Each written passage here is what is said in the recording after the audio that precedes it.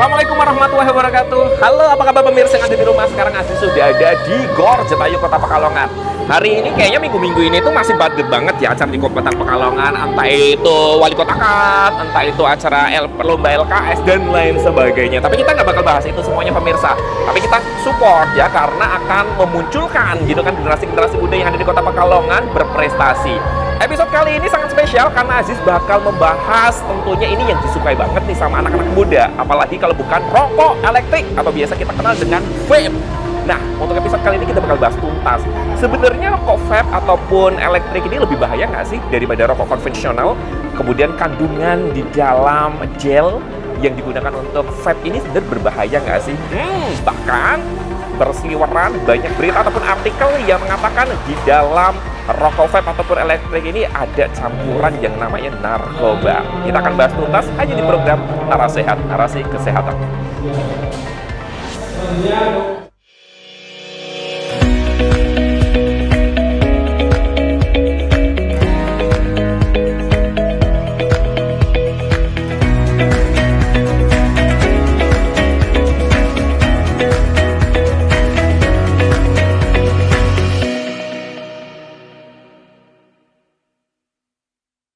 Pemirsa yang ada di rumah, sekarang Aziz sudah bersama dengan anak muda. Nah, kayaknya tepat banget ya untuk episode kali ini kan kita masih membahas tentang rokok elektrik gitu kan ya. Kita kenalan terlebih dahulu. Ini dengan siapa? Azza dari SMK 2. Azza. Iya. Azza gitu ya. Oh, itu lagu ya. Lo kenal nggak sama kameramen itu? Enggak. Kakak kelas lu. SMK 2 juga. Alumni situ. Alumni tetap tahun 1999. Oke, lama banget. Azza, ini kan kita lagi bahas tentang rokok elektrik. Kamu tahu nggak sih bahasa lain atau nama lain dari rokok elektrik? Vape itu bukan? Vape ya. Bacanya vape atau vape atau vapor apa menurut lo? Setauku vape. Vape ya, ejaan secara benernya ya. Dimarahin guru bahasa Inggris lu nggak? Emang apa sih? Oke, ya Aiza tahu nggak sih perbedaan antara rokok elektrik dan juga rokok konvensional? Menurut kamu, sepengetahuan kamu aja. Kalau rokok elektrik kan disedot. Ya kalau rokok yang batangan itu kan lebih ada asapnya, lebih bau nyengat gitu. Itu disedot juga enggak? Iya sama, cuman kan sama dong kalau enggak perbedaan. Kalau rokok yang batangan kan dibakar. Iya, kalau yang elektrik kan enggak. Enggak dibakar ya, tapi dia apa? Dihirup. Terus kalau menurut kamu pribadi ya, ini kan kadang ada mitos gitu kan ya yang menurut kamu mitos apa fakta gitu kan ya. Banyak di artikel kemudian juga surat kabar yang mengatakan bahwa vape itu ternyata ada kandungan narkobanya. Mungkin ada tapi mungkin nggak ada. Tahu. Ngeri nggak? Ya ngeri, soalnya kan itu bisa ngerusak organ tubuh. Organ ya, organ tubuh, organ pikiran, organ hati juga. Sakit hati dong jadinya. Oke, ini kalau boleh tahu ya, kalau menurut kamu pribadi, kamu nge-vape nggak? Enggak. Soalnya kenapa? Kan aku anak cewek. Oh gitu, tapi kan sekarang lagi trennya ya, cewek-cewek pada nge-vape kayak gitu. Tapi aku enggak. Kenapa enggak? Dimarahin ibu nanti. Dimarahin sama ibu ya, tapi kalau ibu udah nggak ada, nanti mau nge-vape? Enggak. Kan ngerusak. Ini mas saya, pemirsa ya. Ya. Mas Yusuf.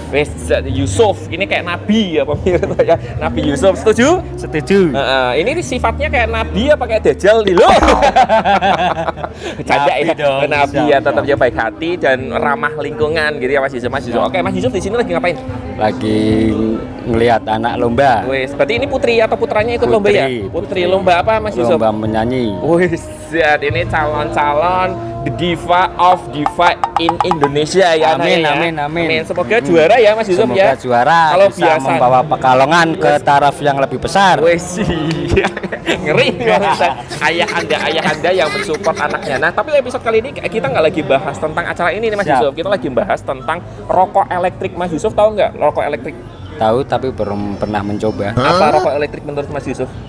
Ya rokok semacam rokok instan, refill lah. Refill yang dikasih bumbu kemudian digodok. Wih, mie instan. Ini gimana sih Mas Yusuf? Katanya tahu. Ya, gimana itu? Cuman jelasinnya susah gitu ya. Jelasinnya susah. Yaudah pakai gerakan tangan aja jelasinnya. Lebih susah. Oke, Mas Yusuf, kalau tadi kan pokoknya udah tahu ya, udah pernah lihat dan juga gambarannya seperti apa gitu kan ya, rokok elektrik itu seperti apa.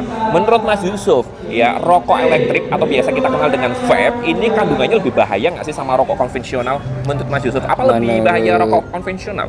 Kalau menurut saya lebih bahaya rokok elektrik. Oh, karena dia perokok konvensional. Jadi saling membela apa yang kita lakukan gitu. Enggak. Gitu. Apa alasannya apa Mas Yusuf? Coba. Ini kan masalah langsung alam ya. Langsung alam. Bahan bakunya itu alam. Elektrik kan Buatan. bukan manusia, buatan. Bisa jadi campuran. Lebih bahaya ya? Ada Apa? campuran kimianya, bisa jadi. Kalau rokok itu kan Berarti alam. intinya gini, Pok, Mas Yusuf. Rokok elektrik itu bahaya, rokok konvensional itu aman. Ya menurut pribadi saya. Kalau menurut Oh, saya juga dua-duanya nggak aman. Tapi nggak apa-apa Mas Yusuf ya, santai aja. Oke ya, tapi Mas Yusuf tahu nggak sih kandungan yang terdapat di dalam rokok elektrik itu apa aja nih? Menurutnya Mas Yusuf ya, Mas Yusuf tahu aja. Malah nggak tahu. Malah nggak tahu ya, soalnya belum pernah ya Mas Yusuf pernah ya. juga nggak ingin tahu. Nah, tapi coba ini kalau asistannya yang satu ini pasti Mas Yusuf tahu jawabannya. Apa isi dompet? Uang 100.000 rupiah.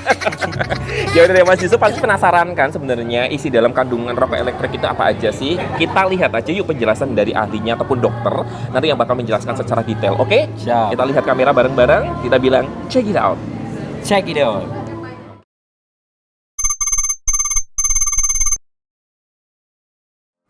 Jadi untuk apa sih perbedaan dari rokok elektrik ataupun vape dan rokok konvensional? Jadi kalau misalnya di rokok elektrik ataupun rokok vape itu adalah sebuah alat ataupun device yang dia itu akan mengubah cairan ataupun liquid menjadi bentuk uap ataupun aerosol yang akan dihirup masuk ke dalam paru-paru.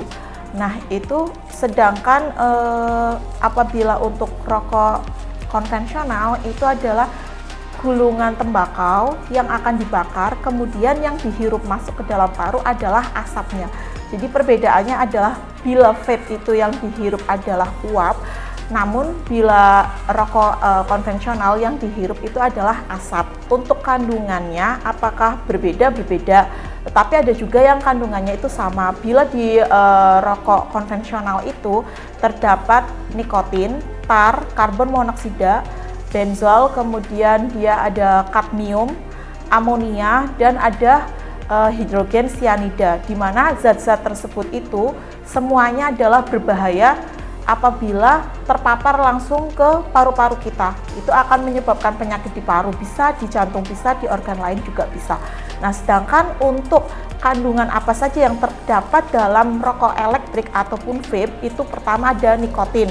Kemudian di situ juga ada zat-zat yang memicu karsinogenik seperti propilen glikol, kemudian ada gliserol, formaldehid, nitrosamin. Dan ada yang memicu toksisitas seperti heavy metal dan nanopartikel. Serta di dalam vape juga terdapat perasa. Nah, perasa inilah yang menimbulkan minat dari pengguna dari anak-anak muda atau anak remaja saat ini gitu.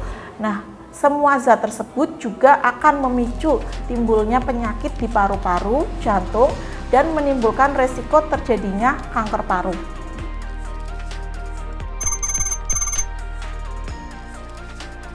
Kalau misalnya lebih aman, tidak ya, karena di rokok elektrik pun juga terkandung nikotin.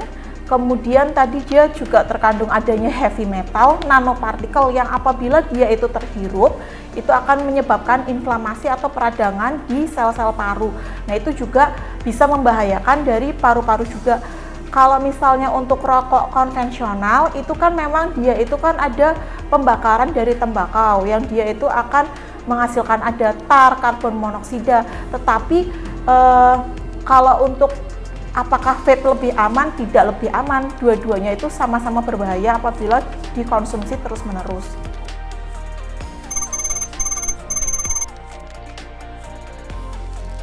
Kalau misalnya dampak rokok elektrik di kesehatan paru itu seperti yang tadi saya sudah jelaskan juga, dia itu akan menyebabkan peradangan di sel paru, kemudian dia akan merusak epitel dari sel paru, kemudian dia ada kerusakan sel-sel paru, kemudian dia itu akan menimbulkan hipersensitivitas di paru-paru. Nah, itu akan menimbulkan resiko untuk terkena asma, resiko terkena kanker paru di kemudian hari.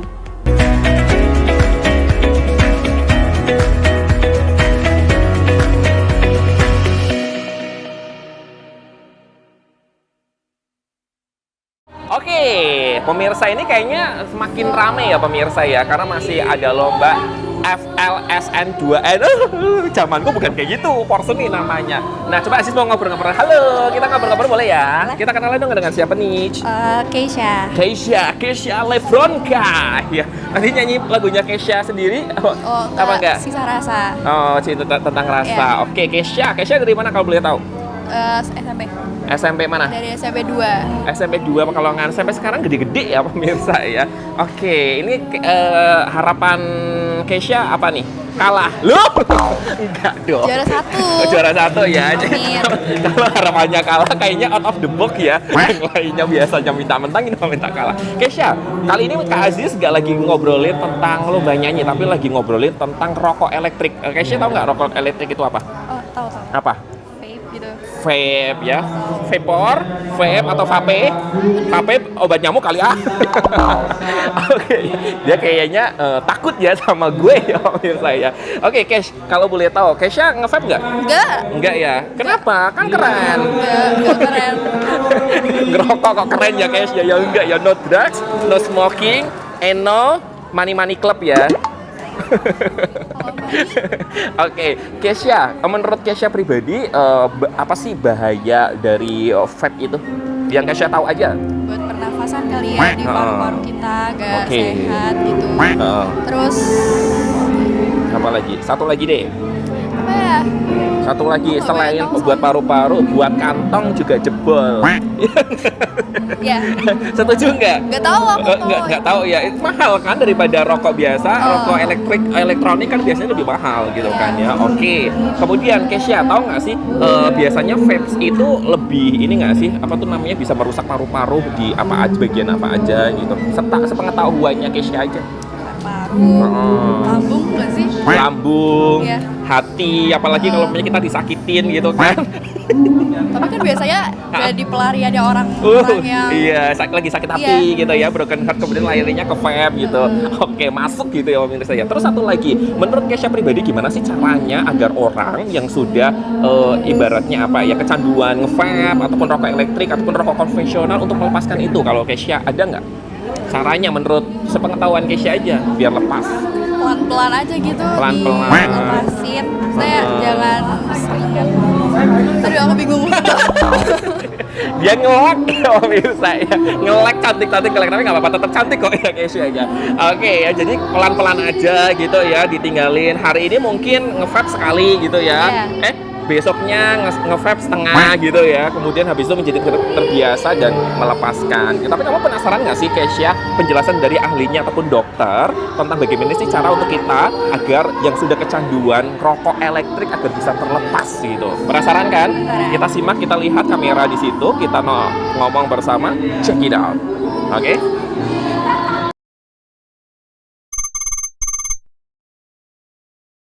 Jadi dampak dari nikotin itu selain dia memicu adanya kecanduan, dia juga kalau misalnya asap dari nikotin itu terhirup masuk pada ibu yang sedang hamil atau ibu hamil itu bisa menimbulkan gangguan kognitif dan gangguan perkembangan pada janin yang dikandungnya.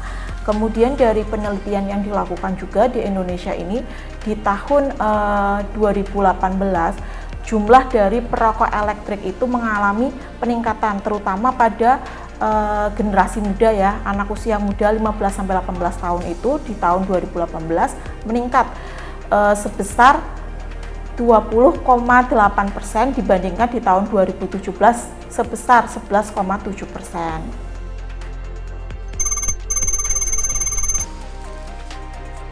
Jadi kenapa sih nikotin itu sulit untuk dihentikan kalau orang itu sudah merokok? Karena nikotin itu dia bekerja di otak, di mana dia akan merangsang pengeluaran dopamin.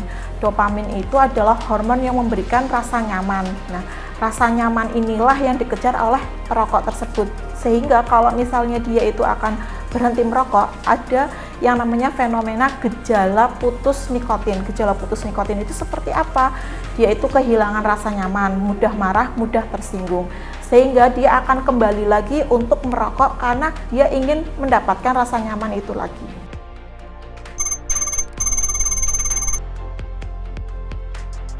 Jadi kenapa sih orang itu ingin merokok? Jadi sebenarnya ada dua faktor yang mempengaruhi.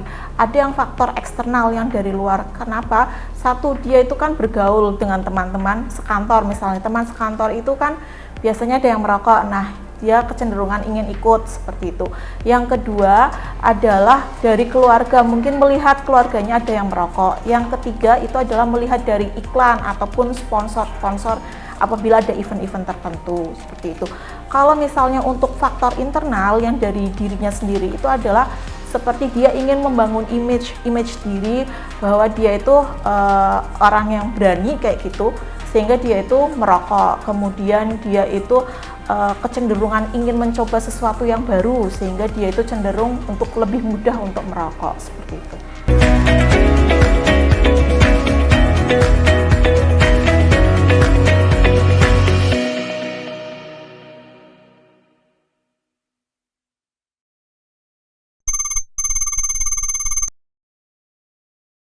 Jadi sebenarnya itu adalah fakta ya, karena ada penelitian yang dilakukan, itu namanya systematic review. Systematic review ini mengambil sampel 861 responden, di mana 39,5% menyatakan dia itu menggunakan rokok elektrik untuk menghisap narkoba. Apa saja sih narkoba yang bisa digunakan dalam rokok elektrik itu atau kandungannya? Yaitu adalah ganja. Kemudian di situ juga ada bubuk kokain dan ada ekstasi juga yang digunakan.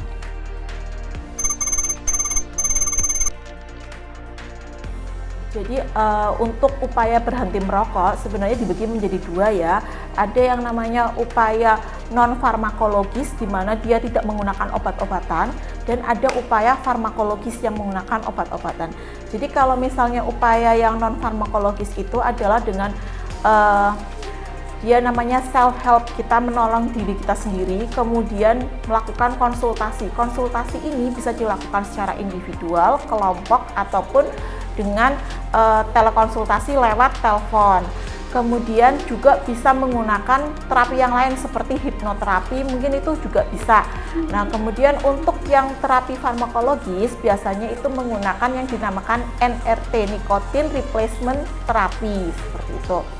Nah, untuk cara-caranya itu sendiri untuk berhenti merokok ada 3 cara. Satu, dia itu cara yang pertama berhenti seketika. Nah, berhenti seketika ini mudah dilakukan atau apabila dia itu merokoknya masih pemula. Tetapi kalau misalnya dia sudah perokok yang berat, cara ini sulit dilakukan dan dia butuh pertolongan medis.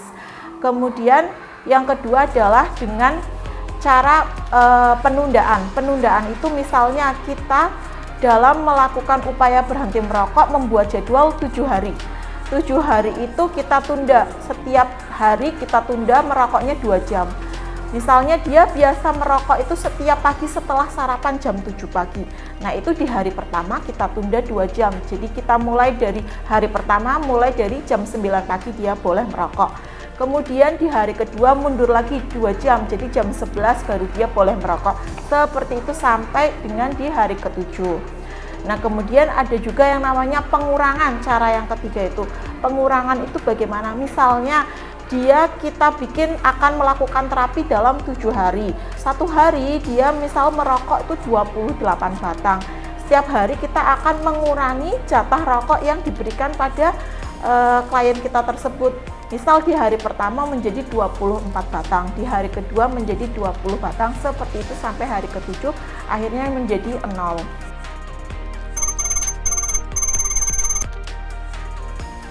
Kalau untuk teman-teman ataupun pemirsa yang belum mencoba rokok elektrik, lebih baik tidak usah menggunakan rokok elektrik.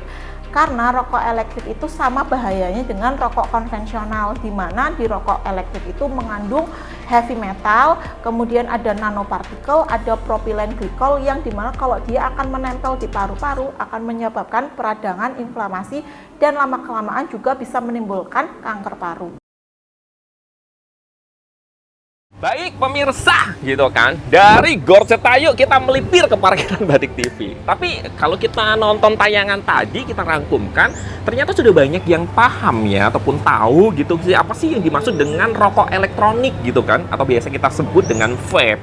Nah, ternyata penjelasan dari dokternya juga kita sudah tahu, ternyata vape ini juga bahaya gitu kan. Bahkan ya, ini adalah fakta. Di dalam kandungan vape ada beberapa penelitian yang sudah menyatakan di dalam vape tersebut ada yang terdapat narkoba pemirsa. Kalau dipikir-pikir ternyata jauh lebih berbahaya dibandingkan tentunya rokok konvensional. Semoga tayangan ini bisa menjadi edukasi ya buat kita semuanya. Dan tadi pesan dari dokter ini bisa didengarkan. Jadi siapa yang belum mencoba jangan pernah untuk mencoba, karena ini adalah hal yang kurang baik untuk tubuh kita dan juga kesehatan kita.